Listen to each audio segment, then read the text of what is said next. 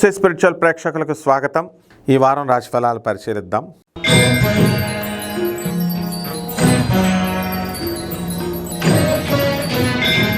మిథున రాశి వారికి అందరికీ కూడా గ్రహస్థితి జన్మంలోకి మనకి గురుడు, అదేవిధంగా ధనస్థానంలోకి వచ్చినటువంటి కుజుడు నేర్చపట్టి ఉండడం వల్ల ధన ఆదాయం తగ్గుతుంది. గ్రాడ్యువల్గా ఖర్చులు అధికంగా పెరగడం అనేటటువంటివి జరుగుతాయి. అలాగే మనకి కేతువు మనకి అర్ధాష్టమంలో ఉన్నాడండి.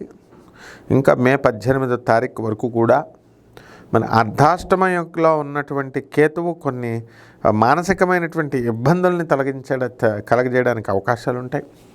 చాలా జాగ్రత్తగా మీరు ఇది చేసుకోవాలా.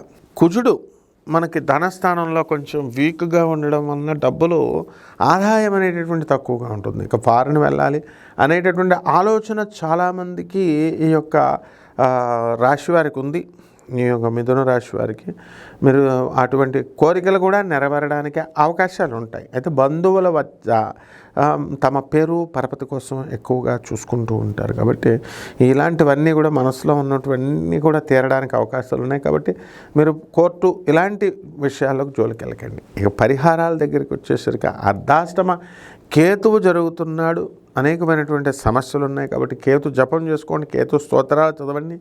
కేతువుకి కిలోంపావు నల్ల నువ్వుల్ని లేదా కేతువుకి ఉలవల్ని మనకి చక్కగా ఈ యొక్క తీసుకొని పసుపు గ్రీన్ కలర్ వస్త్రాన్ని తీసుకొని దాన్ని పేద బ్రాహ్మణులకి మనం సోమవారం నాడు ఉదయం 7 గంటలకి దానం చేసుకోండి. అలాగే దశమహావిద్యల్లో ఒకటైనటువంటి ఈ యొక్క రాజశ్యామల అమ్మవారు అంటే మాతంగి అమ్మవారి యొక్క హోమం మీ ఇళ్లలో జరిపించుకోవడం ద్వారా అద్భుతంగా ఉంటుంది. శుభమస్తు.